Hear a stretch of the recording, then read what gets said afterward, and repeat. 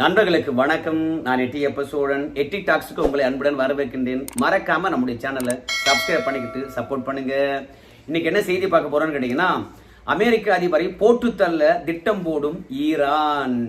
மீண்டும் ஈரான் அமெரிக்க போர் மூழ்கிறது. கைகோர்க்கும் பிரிட்டன். விமானப்படையை பலப்படுத்தும் ஈரான். இந்த விஷயங்களை தாங்க நம்ம விரிவா பார்க்க போறோம். ஏற்கனவே நீங்க கேள்விப்பட்டிருக்கலாம், இஸ்ரேலுடைய பிரதமர் பெஞ்சமின் நேத்தன்யாகு அவர்கள் ஈரான் இஸ்ரேல் போர் நடக்கின்ற பொழுது ஒரு ஸ்டேட்மெண்ட்டை விட்டாரு. அந்த ஸ்டேட்மெண்ட் என்ன என்று ஞாபகம் இருக்குதா?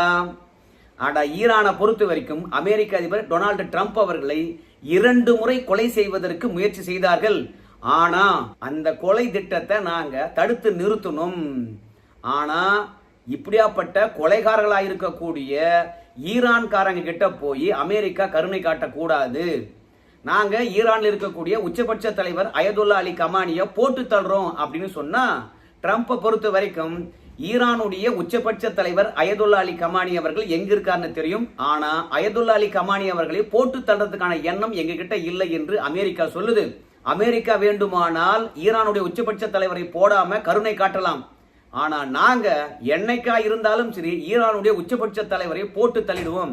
எத்தனை நாளைக்கு நீங்க பாதுகாக்க முடியும் பார்த்துடுறோம் அப்படின்னு இஸ்ரேலிய பிரதமர் பெஞ்சமின் நேத்தன்யாகு அவர்கள் சொன்னாரு. ஞாபகம் இருக்கலாம். ஆனா இன்னைக்கு இஸ்ரேல் ஈரான் போரானது முடிவுக்கு வந்திருக்கிறது. திடீரென ஈரானுடைய உச்சபட்ச தலைவருடைய PA அவர் பேரு ஜவாத் லோடு ஜானி ஒரு அறிக்கையை வெளியிட்டிருக்கின்றார். அந்த அறிக்கையில் அவர் என்ன சொல்றாருன்னு கேட்டீங்கன்னா, நாங்க அமெரிக்க அதிபர் டொனால்டு ட்ரம்ப் அவர்களை போட்டு தள்ள போறோம். அதற்காக ஆன்லைன் மூலமாக நிதி திரட்டி கொண்டிருக்கின்றோம். ஜூன் மாதம் 27ஆம் தேதி வரைக்கும் $27 மில்லியன் அளவுக்கு பணத்தை ரெடி பண்ணிட்டோம். நாங்க மொத்தமாக $100 மில்லியன் அளவுக்கு நிதியை திரட்ட போறோம். எப்போது $100 மில்லியன் அளவுக்கு நிதி திரள்கிறதோ அதை பயன்படுத்தி டொனால்டு ட்ரம்ப் அவர்களை போட்டு தள்ளிவிடுவோம் அப்படின்னு ஈரானுடைய உச்சபட்ச தலைவருடைய PA அவர்கள் வெளிப்படையாக அறிக்கை வெளியிட்டிருக்கிறாரு.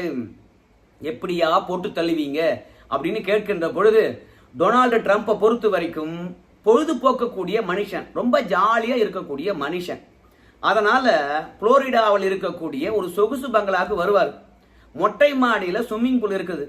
குளித்து கொண்டே சன்பாத் எடுப்பார். அது எங்களுக்கு நல்லாவே தெரியும்.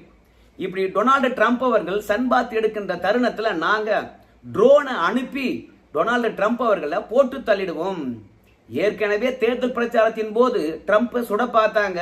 ஆனா சுட தெரியாதவன் சுட்டு நாசம் பண்ணிட்டான். ஆனா இந்த முறை ட்ரோன் தாக்குதல் மூலமாக ட்ரம்ப் அவர்களை கொலை செய்வோம். என்ன ஒண்ணு, $100 மில்லியன் அளவுக்கு எங்களுக்கு கலெக்ஷன் ஆகணும் அப்படின்னு சொல்லிட்டு ஈரானுடைய உச்சபட்ச தலைவருடைய PA அவர்கள் வெளிப்படையா பேசியிருக்கிறாரு. ஸோ ஏற்கனவே 2 முறை அட்டன் பண்ணியிருக்காங்க.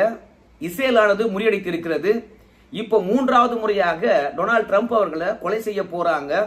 இது அமெரிக்காவில் இருக்கக்கூடிய மக்களுக்கு அதிர்ச்சி தரக்கூடிய செய்தி. ஆனா டொனால்டு ட்ரம்ப்புக்கு இந்த செய்தி எப்படி தெரிகிறது அப்படின்றத செய்தியாளர்கள் போய் கேட்டிருக்காங்க. இது எனக்கு பதட்டம் தரக்கூடிய செய்தியா கிடையாது, என்ன நெருங்கவே முடியாது, உண்மையா இருக்கும் பட்சத்துல கூட நான் பயப்பட மாட்டேன் அப்படின்னு சொல்லியிருக்கின்றார். ஏங்க பயப்பட மாட்டீங்க அப்படின்னு சொல்லுகின்ற போது, நான் எங்கேயும் சொகுசு பங்களாவுக்கு போறது கிடையாது. 1. 2வது, நான் ஏன் சன்பாத் எடுக்கணும், எனக்கு சன்பாத் எடுக்கின்ற பழக்கமே கிடையாதே அப்படின்னு ட்ரம்ப் அவர்கள் சொல்லியிருக்கின்றார். சரிங்க, கடைசியா எப்பதான் சன்பாத் எடுத்தீங்க அப்படின்னு சொல்லுகின்ற போது, 7 வயதா இருக்கின்ற போது நான் சன்பாத் எடுத்தேன். அதனால என்னை பற்றியான விவரமானது ஈரானுக்கு சுத்தமா தெரியல.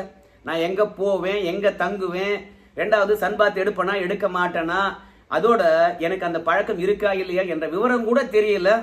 ஆனால் அமெரிக்க அதிபர் என்றாலே பாத்தீங்கன்னா சொகுசு வாழ்க்கை வாழக்கூடியவங்க, சன்பாத் எடுக்கக்கூடியவங்க அப்படின்னு நினைச்சுக்கிட்டு திட்டம் போட்டா ஈரானுடைய திட்டமானது ஃபெயிலர் ஆகும் அப்படின்னு டொனால்டு ட்ரம்ப் அவர்கள் நகைச்சுவையா சொல்லிட்டு அதை கடந்து போகின்றார்.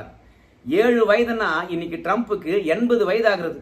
அப்படின்னா ஈரான் பாத்தீங்கன்னா ட்ரம்ப்பை கொலை பண்றதுக்காக இந்த மிரட்டல விடுறாங்களா உண்மையாகவே, இல்ல ஈரான்ல ஏதாவது அரசியல் குழப்பம் இருக்கிறதா, அதை திசை திருப்புவதற்கு மீண்டும் ட்ரம்ப் அவர்களை வம்புக்கு இழுக்கின்றார்களா என்ற விவரம் நமக்கு தெரியவே இல்லை. ஆனால் $27 மில்லியன் அளவுக்கு ட்ரம்ப்பை கொலை செய்யறதுக்காக ஆன்லைன் மூலமாக பணத்தை பெற்றுவிட்டோம் என்று சொல்றாங்களே, இதற்கெல்லாம் அமெரிக்கா என்ன மாதிரி நடவடிக்கை எடுக்க போகுது நமக்கு தெரியல. ஒருவேளை ட்ரம்பை கொன்னுட்டாங்கன்னா பிரிட்டன் நாங்களும் களத்துல குதிப்போம், நாங்க ஈரானுக்கு எதிராக, ஈரானால அதிகமாக பாதிப்படைவதே நாங்க தான் அப்படின்னு பிரிட்டன் அரசாங்கம் வந்து இன்னைக்கு அறிக்கையை வெளியிட்டு இருக்குது. என்னது, ஈரான் மூலமாக பிரிட்டன் பாதிப்படைகிறதா எப்படி அப்படின்னு சொல்லிட்டு கேட்பீங்க. பிரிட்டனை பொறுத்த வரைக்கும் அது கிறிஸ்தவர்களுடைய நாடு கிடையாது. கொஞ்சம் கொஞ்சமாக இங்கிலாந்து முழுக்க முழுக்க இஸ்லாமியர்கள் நாடாக மாறிக்கிட்டு வருது. அங்க மத சுதந்திரமானது தலைவிரித்து ஆடுது. ரெண்டாவது உடை கலாச்சாரம், இஸ்லாமியர்கள் எப்படி பர்தா அணிவாங்களோ அப்படி பர்தா அணிந்து கொண்டு போறவங்க தான் நிறைய பேர் இருக்கிறாங்க. அதனால என்ன பிரச்சனை அப்படின்னு சொல்லும் போது பிரிட்டன்ல வந்து யாரு யூதர்களுக்கு ஆதரவா இருக்காங்களோ, யார் இஸ்ரேலுக்கு ஆதரவா இருக்கின்றார்களோ, யார் அமெரிக்காவுக்கு ஆதரவா இருக்கின்றார்களோ, இல்ல ஈரானுக்கு எதிராக யார் இருக்கின்றார்களோ, இல்ல ஈரான் நாட்டில் குழப்பத்தை ஏற்படுத்துகின்ற அளவுக்கு ஆளுமை வந்து பிரிட்டன்ல யாராவது பேசிட்டு இருந்தாங்கன்னாவும் அவங்கள ஈரானை பொறுத்த வரைக்கும் தரகர்களை பயன்படுத்தி போட்டு தள்ளி விடுகிறதாம்பா. பிரிட்டன்ல கொலை செய்யறதுக்கே வந்து தரகர்கள் இருக்கிறாங்களாம். அந்த தரகர்களை வந்து ஈரான் அழகா காசு கொடுத்து பயன்படுத்துகிறதாம். 2022 இருந்து 2023 வரைக்கும் 450 பேரை போட்டு தள்ளி இருக்கிறதாம் ஈரான். அதிலையும் ஈரானுக்கு எதிராக போராடுகின்றவர்கள், ஈரானுக்கு எதிராக சரி செய்கின்றவர்கள், இல்லனா இஸ்ரேல் மற்றும் யூதர்களுக்கு ஆதரவாக யாராவது இருந்தாங்கன்னா அவங்கள கடத்தி விடுகின்றார்களாம். எங்க அவங்க சிறை வைத்திருக்கின்றார்கள் என்ற விவரம் கூட சுத்தமா தெரியவே இல்லையாமே. அதனால இனி ஈரானுடைய சித்து வேலைகள் பிரிட்டன்ல தொடரவே கூடாது. தேசிய அளவுல ஈரானுடைய சதி வேலையை தடுப்பதற்காக இன்னும் 2 உளவுத்துறையை களத்துல இறக்கி இருக்கிறதா பிரிட்டன். இனி ஈரானால யாரும் ஒருவர் உயிரிழக்க கூடாது அப்படின்னு வந்து பிரிட்டன் சபதம் எடுத்திருக்கிறது. ஒரு காலத்துல பிரிட்டன் முழுவதும் கிறிஸ்துவர்கள் இருந்தாங்க.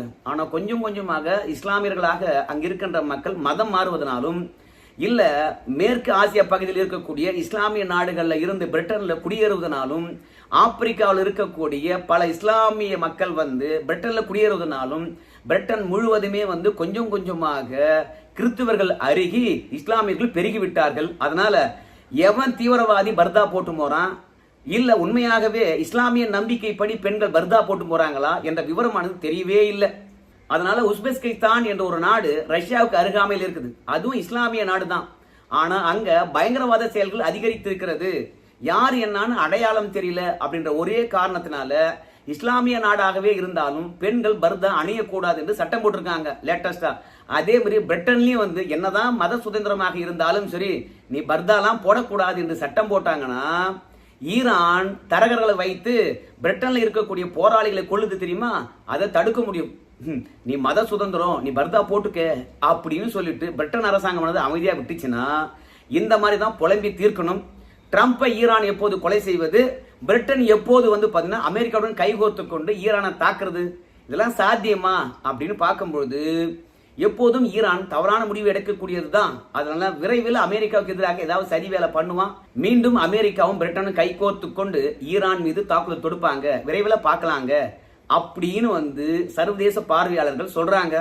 அது மட்டும் கிடையாது, ஈரானை பொறுத்த வரைக்கும் சர்வதேச அணுசக்தி கழகமானது ஈரான் அணுகுண்டு தயாரிக்குதா இல்லையா, அணுவை மேம்படுத்துதா இல்லையா, தோரியத்தை மேம்படுத்தி விட்டதா இல்லையா அப்படின்னு கண்காணித்துக் கொண்டு இருந்தது.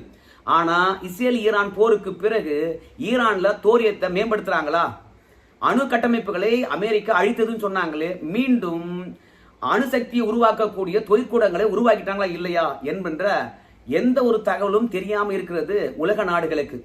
அணுசக்தி கழகம் வந்து பாத்தீங்கன்னா ஈரானுக்குள்ள போய் கண்காணிக்க முடியாத ஒரு நிலை இருக்குது.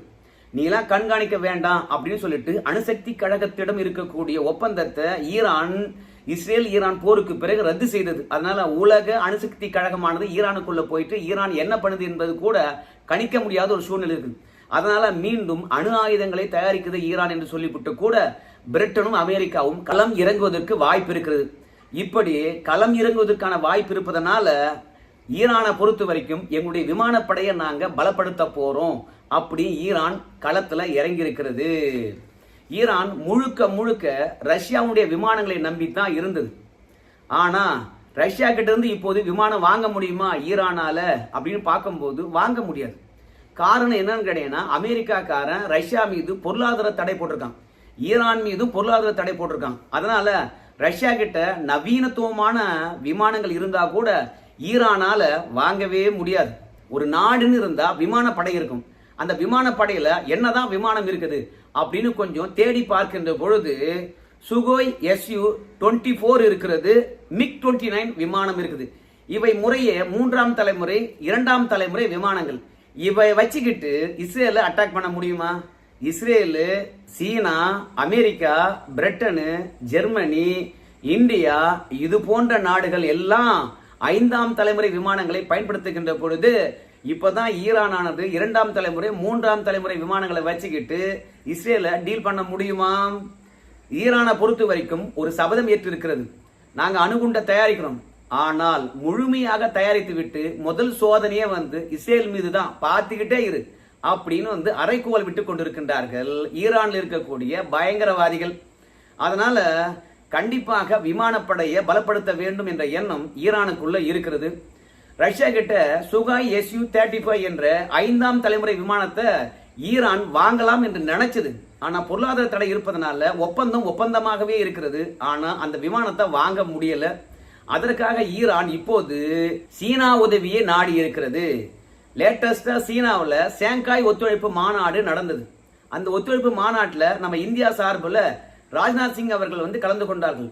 இப்படி ஷாங்காய் ஒத்துழைப்பு மாநாடு நடந்து முடிந்த பிறகு சீனாவுடைய பாதுகாப்புத்துறை அமைச்சரும் ஈரானுடைய பாதுகாப்புத்துறை அமைச்சரும் இருதரப்பு பேச்சுவார்த்தை ஈடுபட்டு சீனாவில் இருக்கக்கூடிய J-10C என்ற விமானத்தை ஈரான் வாங்க போகுது. இந்த J-10C என்ற விமானம் என்பது அமெரிக்காவுடைய F-16 விமானத்துக்கு இணையானது.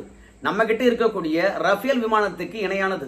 4.5 தலைமுறை விமானம் இந்த J-10C என்ற விமானம் சீனா ஆனது ஈரானுக்கு விற்பதற்கு ஒத்துக்கொண்டிருக்கிறது. அது மட்டுமல்ல, சீனாவுடைய ஆயுதங்கள் அமெரிக்காவை குறிவைத்து தான் தயாரிக்கப்பட்டிருக்குது. அதனால சீனா கிட்ட ஆயுதம் வாங்கணும்னா கண்டிப்பா அமெரிக்காவை அழித்து விடலாம் என்று நினைக்கிறது ஈரான். அதற்காக நவீனத்துவம் மிக்க விமானங்களை வாங்குகிறதாம். கூடவே PL-15 என்ற ஏவுகணையும் வாங்குகிறதாம். இந்த J-10C என்ற விமானத்தை பொறுத்த வரைக்கும் வானிலிருந்து கப்பலை தாக்கக்கூடியது, வானிலிருந்து தரை இலக்க தாக்கக்கூடியது, ரேடார்ல சிக்கவே சிக்காதாம். அதனால ஈரானுக்கு அதிநவீன விமானங்கள் கிடைக்கிறதா? ஒன்னே ஒண்ணுதான், இந்த மாதிரி விமானங்களை பாகிஸ்தான் நிறைய வாங்கி வச்சிருக்குது. அவை அத்தனையும் இந்தியாவுக்கு எதிராக பயன்படுத்தினார்கள். ஆனா ஆபரேஷன் சிந்தூர்ல சீனாவுடைய ஆயுதங்களும் விமானங்களும் சோபிக்கல. உங்க எல்லாருக்குமே தெரியுமே, நம்முடைய தேசிய பாதுகாப்பு ஆலோசகர் அஜித் தோவல் அவர்கள் 2 நாளைக்கு முன்பாக சென்னையில் இருக்கக்கூடிய IIT பேசினார். நாம பாகிஸ்தானை அடித்தது அத்தனையும் நம்முடைய சொந்த தயாரிப்புகள் தான், வெளிநாட்டு தயாரிப்புகள் எதுவுமே கிடையாது. ஆனாலும் நம்முடைய தயாரிப்புகளுக்கே பாத்தீங்கன்னா சீனாவுடைய ஆயுதங்களோ துருக்கியினுடைய ஆயுதங்களோ ஈடுகொடுக்க முடியல. பாகிஸ்தான் முழுமையாக தோல்வி அடைந்தது. ஆனால் சர்வதேச ஊடகங்களும் சரி, பாகிஸ்தானிய ஊடகங்களும் சரி, சீன ஊடகங்களும் சரி, நாங்க இந்தியாவை பயங்கரமாக நாசம் செய்து விட்டோம் அப்படின்னு சொல்றாங்க. ஆனால் பாகிஸ்தானும் சீனாவும் இந்தியாவை நாசம் செய்த போட்டோக்கள் எங்கனா இருக்குதா? வீடியோ காட்சிகள் எங்கனா இருக்குதா? தவறான புரபகண்டாவா பண்ணிட்டு இருக்காங்க.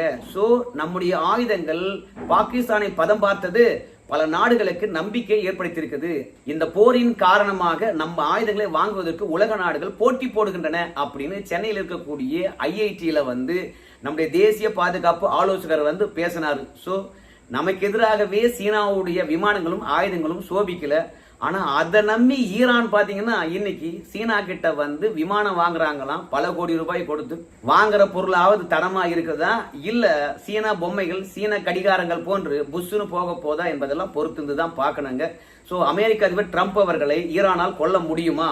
ட்ரம்ப் அலட்சியமாக இருக்கின்றாரே, வெறுமனே பயமுறுத்துவதற்காகவா, இல்ல ஈரானில் இருக்கக்கூடிய அரசியல் சூழ்நிலையை மக்கள் மறக்கணும், அவங்களுடைய எண்ணம் எல்லாம் அமெரிக்கா மீது திசை திருப்ப வேண்டும் என்பதற்காகவே இப்படி ட்ரம்பையே கொல்ல போறோம் அப்படின்னு பொருளை கலப்புகின்றார்களா? ஏன்னா ஈரானுடைய உச்சபட்ச தலைவர் தான் ஈரான்ல ஆட்சி நடத்தக்கூடியவர். அவருடைய பர்சனல் PA-வே ட்ரம்பை கொல்ல போறோம் என்று சொல்லியிருப்பது திசை திருப்புகின்ற அரசியலா ஈரான் மக்களை? உங்க கருத்தை சொல்லுங்க. நன்றி நண்பர்களே.